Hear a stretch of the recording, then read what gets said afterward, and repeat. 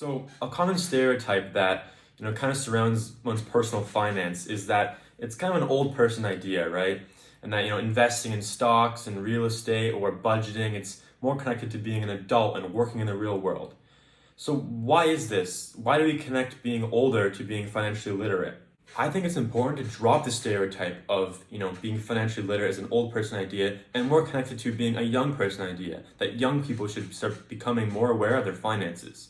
We live in a world today where student debt is a massive issue. It's a leading crisis in the world.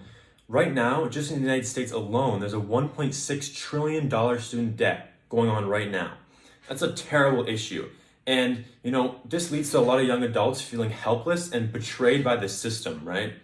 And it's also one of the leading causes in mental health issues. A survey from the Student Loan Planner stated that 9 in 10 borrowers experience significant anxiety due to their loan burden.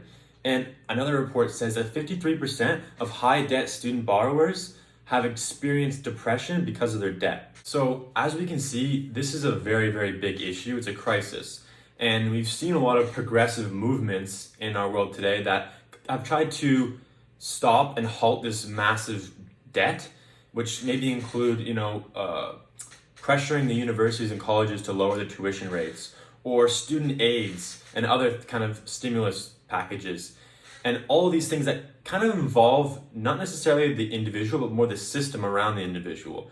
So I struggled to find a solution to this problem that involved really what the individual can do. So what the actual student who's in the debt can actually do.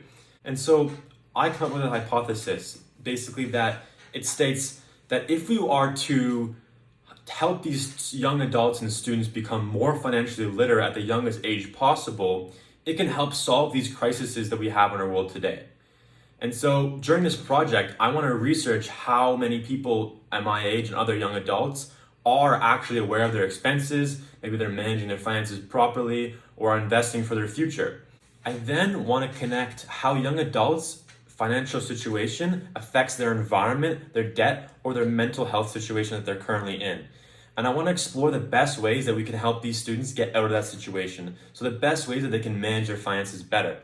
So whether that's, opening a TFSA, which is like a tax-free savings account in Canada, or maybe planning for retirement. So maybe in the States, you're opening a Roth IRA, or in Canada, you're opening an RRSP.